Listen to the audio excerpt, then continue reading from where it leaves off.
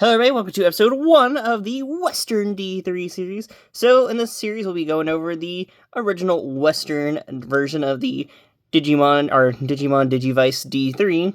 So this is a version 2 of the device. The version 1's pretty much the sort of same thing. The difference with each of the versions is they just kind of kept adding more content. And in the case of this one here, they also swapped out the battery from the version 1 to the version 2. So this one actually takes in CR2032s over the original's LR44s. So, in this series, we're going to be running this wonderful device and going on with every little fun bits and pieces of it. So, for those wondering, at some point I am going to be redoing my original D2 series. Like I said, redo the D2 version 15 series at some point. But I figured to get a nice clean start on my whole new way of trying to do these little D3 episodes is start off with a new device. So in this series we'll be going over the D3, the Western version. I did pick this up in Australia, but we did get this in America, and I presume they also got it in other parts of the world as well. So like I said, I bought this version from Australia. Really nice person. He popped up on Reddit. He was like, hey, how much does this go for? And we just talked it out, and I bought it from him. So he was awesome enough to send this wonderful device to me, and we get to be running an awesome series over it. So I guess we'll start off by comparing it to a Japanese version too. So, funnily enough, I do actually have a Japanese version too. I also do have a sealed version 15th D3, but I'm not going to touch that device just yet. It's still sealed. So let's just compare it to a original Japanese one. So here is a Japanese version 2 of the D3. This is an original unit. So there's a few little differences here. First off, the software inside is actually different from both versions. This one's supposed to be like an open world sort of concept that you go from like Darkspire to Darkspire, and the original Japanese version is a lot more how a lot of Digivices are, where they're just sort of quest-based.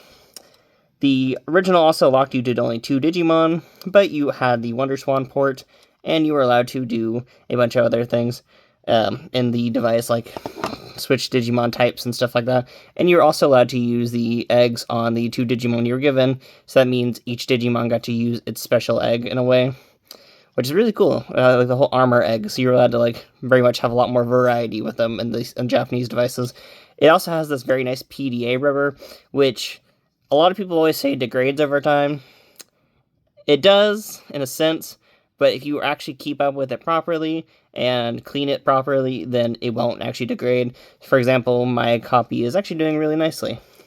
Very nice. So, when I usually clean these things, I just use Clorox wipes or whatever disinfecting wipes. If you have to clean these, don't use any type of isopropyl alcohol, or rubbing alcohol as it's called. It basically will deteriorate all this nice little sort of like rubber sheen to it and everything. So watch out for that. That's just a fair warning to anyone who actually does want to get one of these devices. Be careful when washing them. Now, the American version here doesn't do anything with PDA rubber. It actually does nothing with rubber, really. All the buttons and everything are plastic.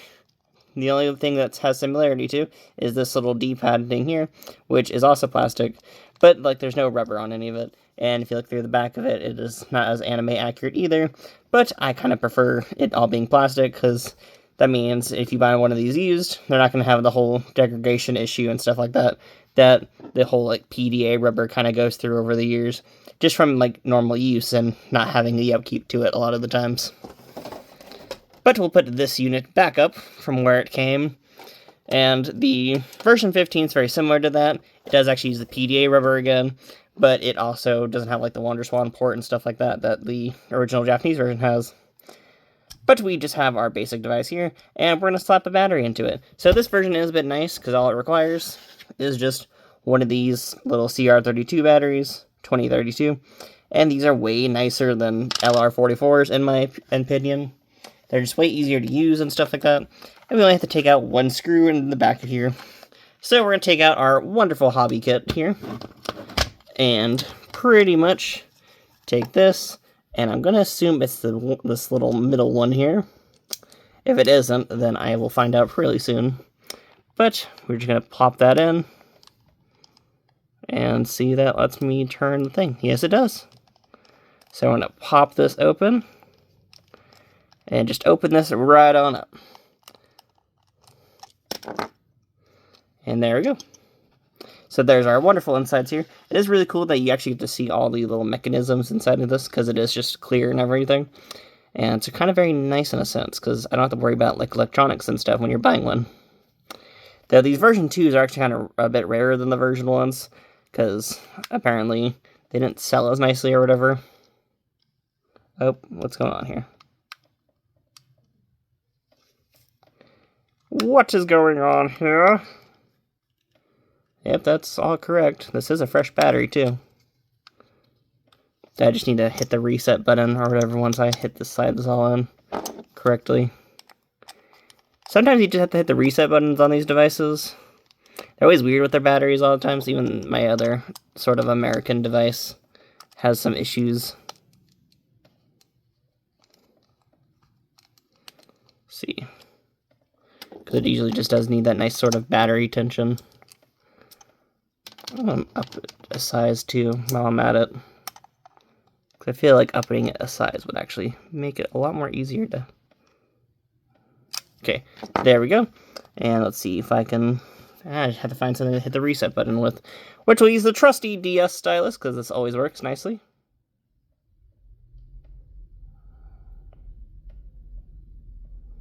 Does that not wanting to work? Okay, apparently not. And we are back from a little bit of tinkering here, so we got the whole thing. I just had to clean off some contact pins pretty much, so... The joys of electronics sometimes, isn't it? There we go.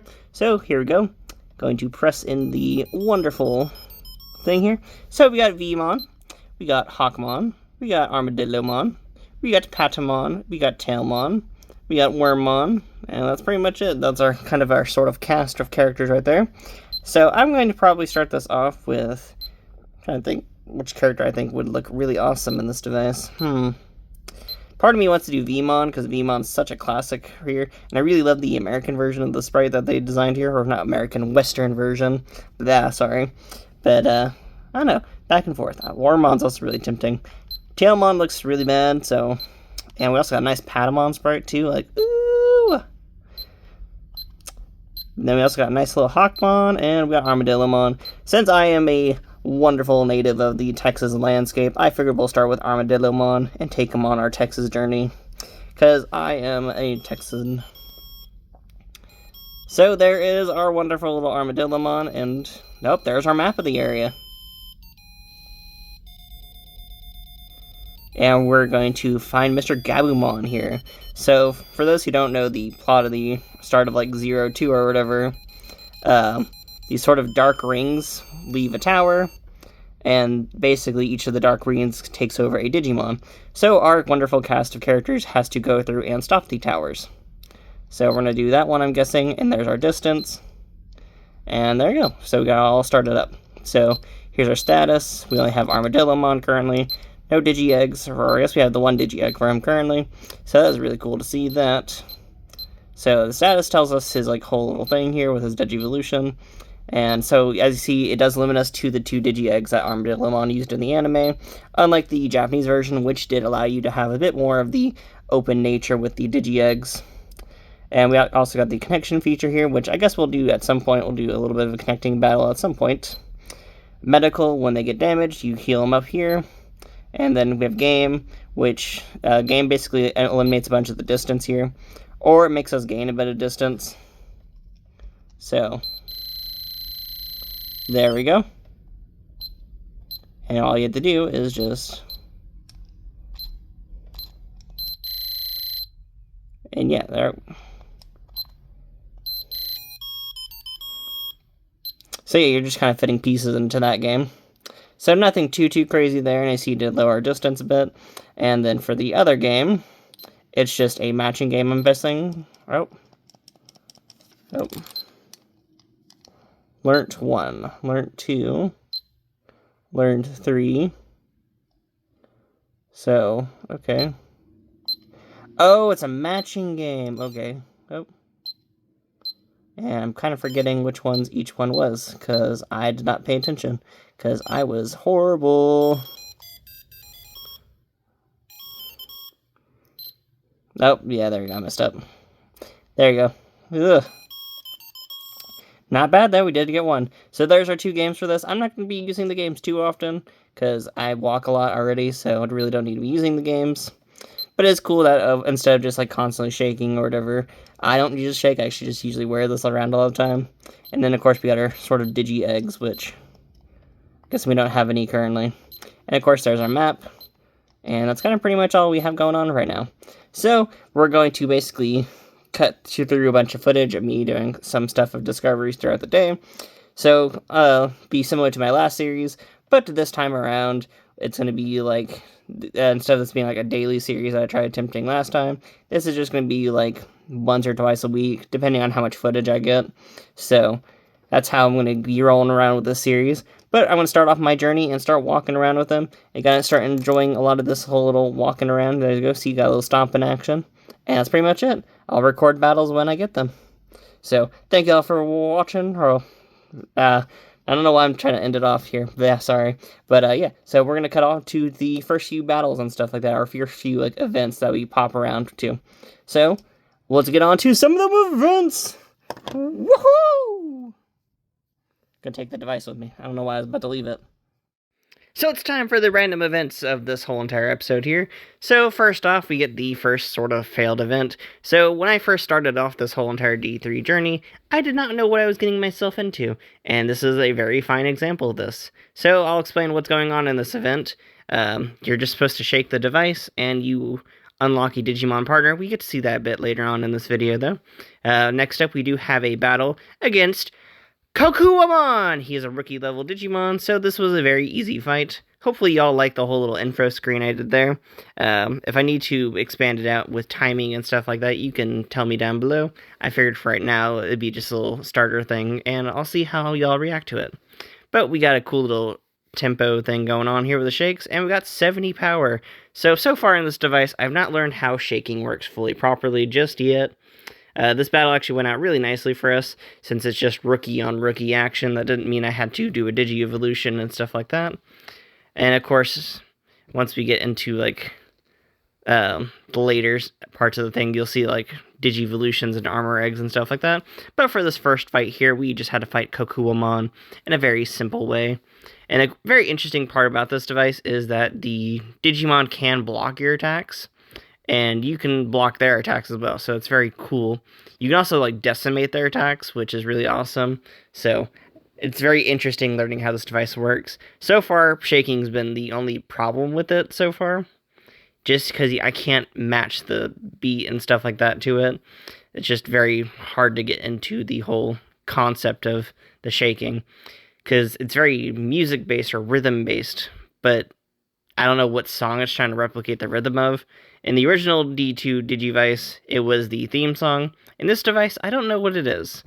And I tried the theme song from the last one. Didn't work, sadly. Now we get to see a successful version of the event that we had earlier.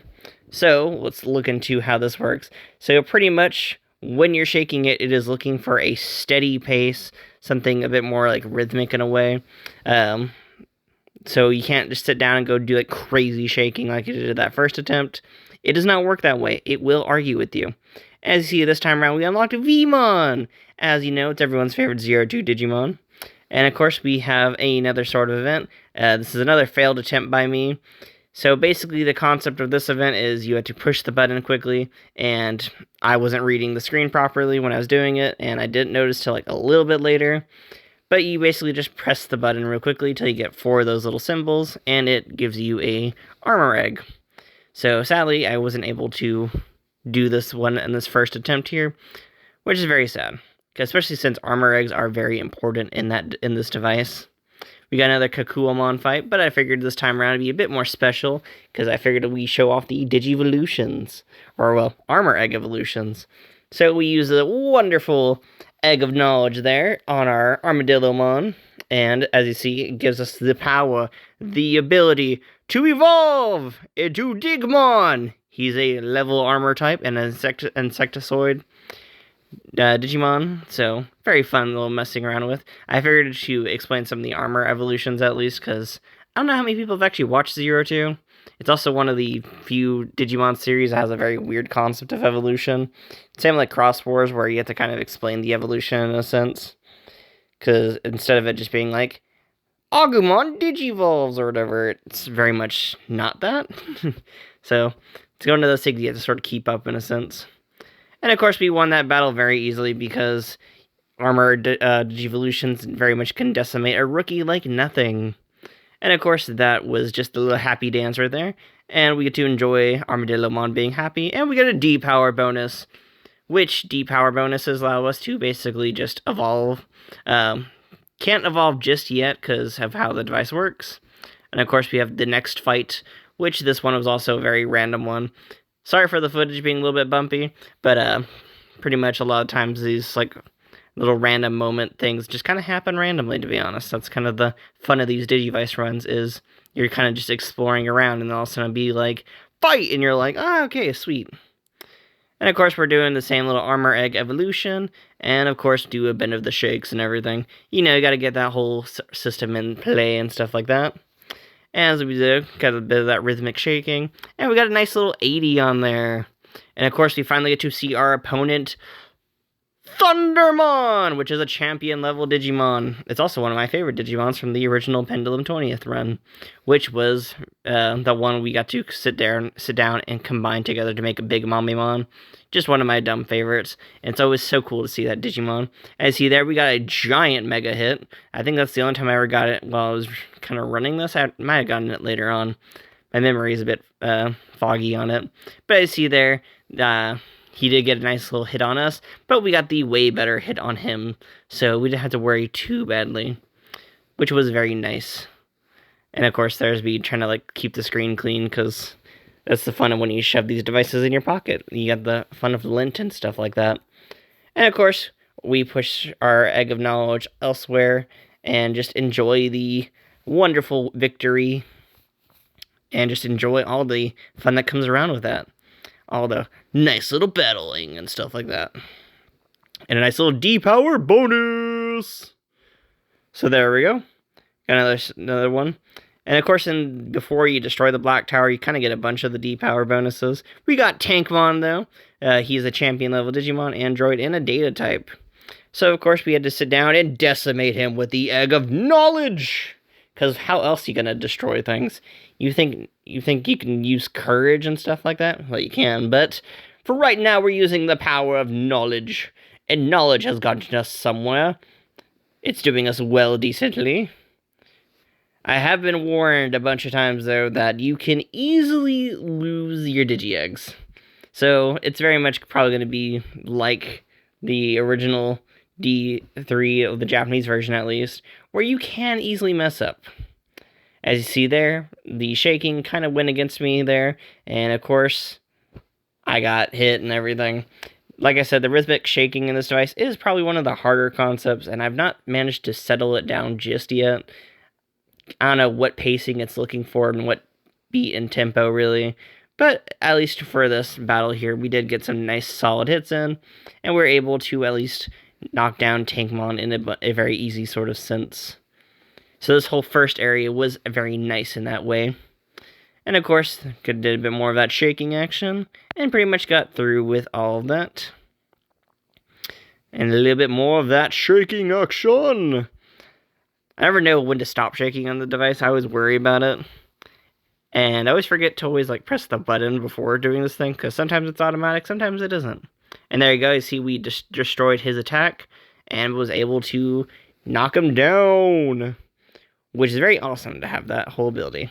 And there was another win for us in the books, which was awesome to have. And there we go, pretty much. There's our little victory dance. And that kind of brings towards the end of this whole little segment here of the random clips of the day. Hello, everybody, welcome to the end segment of episode 1 for the D3 series. So, as I've explained before in the beginning of this whole series here, that this time around I'd be focusing on doing less episodes per week for this whole series. So I'll be focusing on 1 or 2 episodes. And the main reason I'm doing that is just to, 1, it depends on how much side footage I captured, and 2, I'm just trying to complete the zones one by one. So if we look into our D3 here, we still have Armadillomon, but I will get into some of the little things I was not able to capture in just a second. But if we look into our steps here, we only have 57 steps left, so that means we'll play a game and get those steps out of our way. But I figured we'd talk about one of the more important aspects of this, is the stuff I couldn't capture. So throughout my journey, I did miss out on capturing a few little fun things. As you saw with the Digimon earlier, we were able to get to Mr. Vmon. But I figured let's describe a few things that we did not get with Mr. Vmon here, so let's go into the status screen. So we have Armadillomon, we got Vmon, but there's one more that I was not able to capture because he popped up at night while I was on a walk, sadly. We got Hawkmon! We got this beautiful boy. I mean, look at him! And of course, Hawkmon comes with a Digi-Egg here. He comes with the Egg of Love, the Digimental Love there. And of course, there's just usually no other Digimentals, and there's a cool little walk cycle for him. We'll show off Mr. Vmon in just a second too, but I figure if we show off the Digi-Eggs here, but we didn't get the other Digi-Egg for him. So for those wondering why I'm talking about the Digimentals real quickly, is because besides us unlocking Mr. Vmon earlier in the episode, where we had to do this weird little mini game and stuff like that to get him, we also had another mini game pop up that I was sadly not able to record because I walk my dog at night, and this is every time the weird events want to happen is at night, weirdly, when I have no good way of recording this device. So, I was out with the dog, the wonderful, wonderful Annabelle. I'll put a little picture up right here. Enjoy her presence. While I was out walking out with her or whatever, I found Mr. Vmon as well. But of course, Mr. Vmon also came with two Digimentals. We have the one of Courage, but we found the one of Friendship. Now, of course, if you do click on each one of these Digimentals, it does show off the wonderful Digimon that's inside there, which I figured let's do that real quickly. I don't know if I'll show them off just yet. Maybe we'll wait to that. Maybe we'll wait till we actually do one of these battles where I have to figure out which Digimon I want to mess with and stuff like that. But for right now, I'm going to keep up with the boy that we've been dealing with the whole entire time, Mr. Armadillomon. He's been treating us well. He's been being a real MVP about things. We've only lost a few battles, sadly, and we did have an event with Black War Greymon randomly, which I did manage to escape. That was an event I also missed out on recording because I was at work, and sometimes you just can't record at work, you know? Sometimes there's just not good times to record, and that was one of those times. But basically, each one of the events, when they pop up or whenever, they either tell you to push the button, which you have to start spamming this button, or you have to do a weird bit of shaking, which I've realized thanks to Mr. Wario's Digifarm. He was explaining to me that this device wants you to shake very weirdly.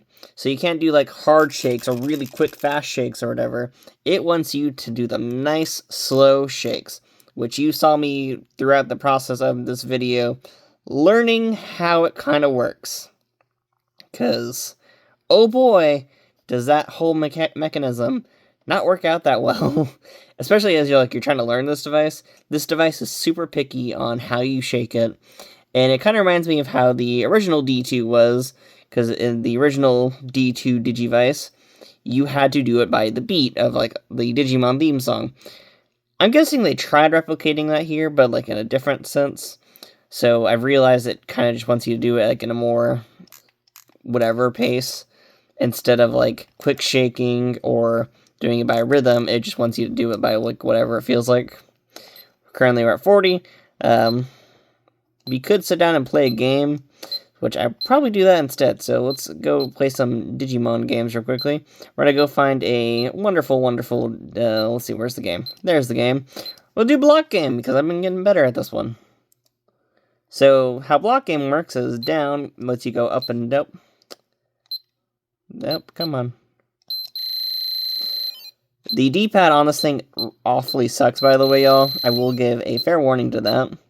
For those who are actually curious about this device, the D-pad in this thing is not great. I don't let that thing get close to me, though, because we already hit the maximum that I wanted to hit. And there you go. It's going to put us at that. And, oh. Okay, maybe I need to play a little bit longer than I thought I did. Here, let's do a little bit more of the game, because I apparently really misjudged how the point system works in this thing. I really barely play the games in this thing, by the way, so it's very weird for me to actually do this, because one, this D-pad is not that great for playing these games, because the top button is blocked off by a little blocker in there. The sort of bottom one is not in that weird sort of sense. And of course, like, it's very inaccurate in that, to itself. And there we go. So I'm probably just going to shake for the last few steps, because that kind of works out for me a bit better. Yeah, this D-pad here is probably one of the worst D-pads I've had to experience. Especially compared to its sort of like Japanese counterpart. Because Japanese version doesn't even have up or down as a function. It just has left and right. This one has pretty much like 3 ways of access, which is not that better either, because down is very squishy. This whole thing is really squishy, so it already does not function that great. So unlike a regular D-pad that has a sort of like center pivot, I don't think this one has that great of a center pivot, because if you see, I can easily just kind of push it down completely. It's not that great. So that's why I've not been playing a lot of the block minigame, because that D-pad is one of the worst. I really only trust it for left and right, and that's just because you can sort of feel back and forth on this, and you can be like at the edge. Unlike trying to do that block game where you're actually having to use it like a proper sort of D-pad system, which I don't recommend. Not that great. Other than that, the rest of the whole feel of this device is actually way better. I prefer it compared to the Japanese one.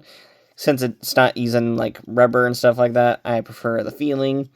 And I'm so much loving these sprites, by the way. Like, if we look at all these weird Digimon sprites, there's Armadillomon, there's Vmon, and there's Hawkmon. I prefer them way more than their Japanese counterparts. Or, like, the weird V-Pet versions of sprites you'll see in the 8-bit devices now. Like, the Pendulum Z will show off, like, the Armadillomon and Vmon and, like, Hawkmon. I don't like the Japanese sprites. These American ones are so adorable, and I kind of wish they kept up with them instead, because they make so much more sense. I also kind of like the sense of scale the digital monsters have when digivolving. Well, not digivolving, using the digimentals, because it does this whole like sort of scroll up and everything to show. And there you go. We're gonna do our fight here. There you go. It has a little side little things here, and it's a black shower.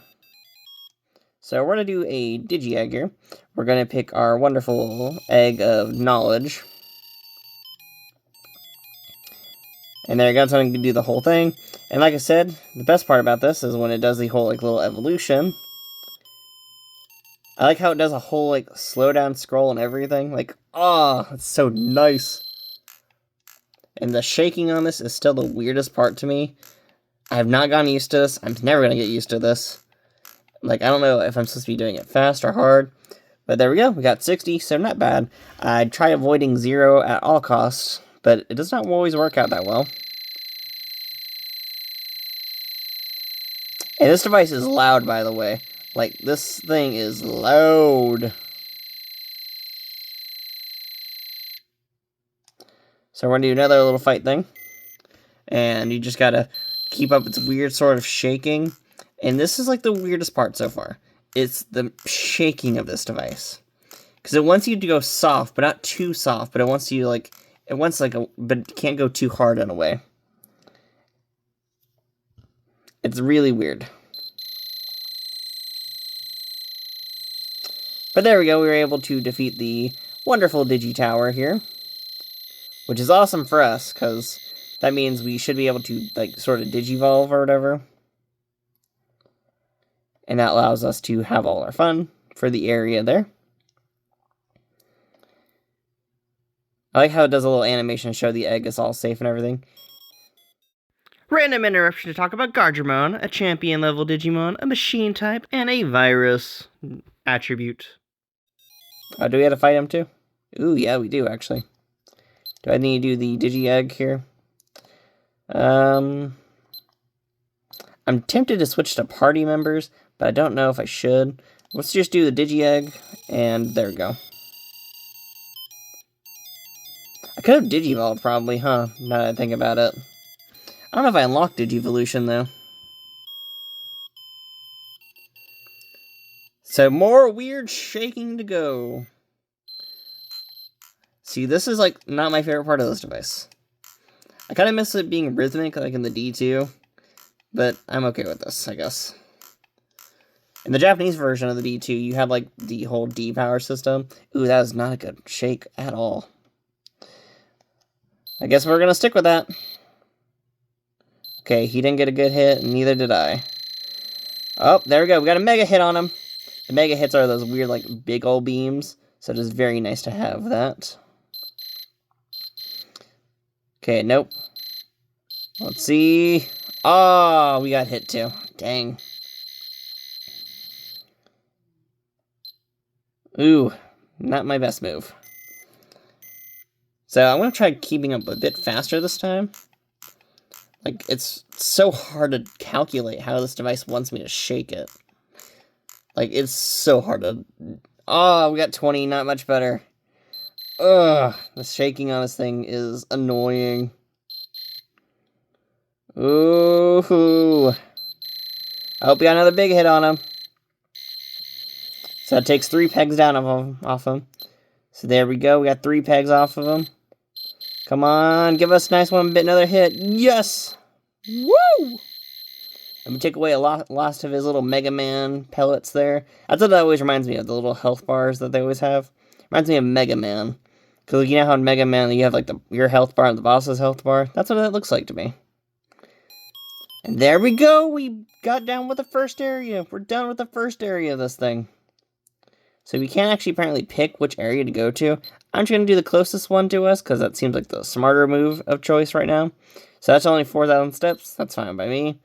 And that kind of just ends our little first segment here for episode 1. So thank y'all for watching. Sorry for being weird with this whole like D3 series and stuff like that. This has been like the first episode, so I've been trying to figure out how I wanted to set up the series in a way. And I will say the biggest change this time around compared to my old D2 series is I'm not going to try recording each battle and stuff like that, because last time each battle was pretty much the same thing over and over and over again. This time around I'm trying to avoid that. I would like to record more of the events, and so I'm hoping I could catch more of those over time. So, and thank you to Mr. Wario's Digifarm. I will make sure to tag him down below. He probably doesn't know I'm going to shout him out for this episode, but I had to message him because he's one of the few people I know who actually owns a D3, and I didn't want to go on like Discord and stuff to like spoil the secret that I was doing a D3 series. So thank you, man, for replying to my questions and explaining to me how this device works, because the internet does not explain this very well. It is a very kind of weirdly untold device, which is kind of weird because it's like should be a very popular one, but I guess it isn't as popular as it seems to be. Though to be honest, the D2 wasn't as popular either. Like, it took how many years for someone to realize that evolution was done by the sort of music tempo of the original theme song? Like, it's kind of interesting to think about that. So, that's pretty much all I have to say for right now. Thank y'all for watching, and I will see you all later. Bye-bye-bye.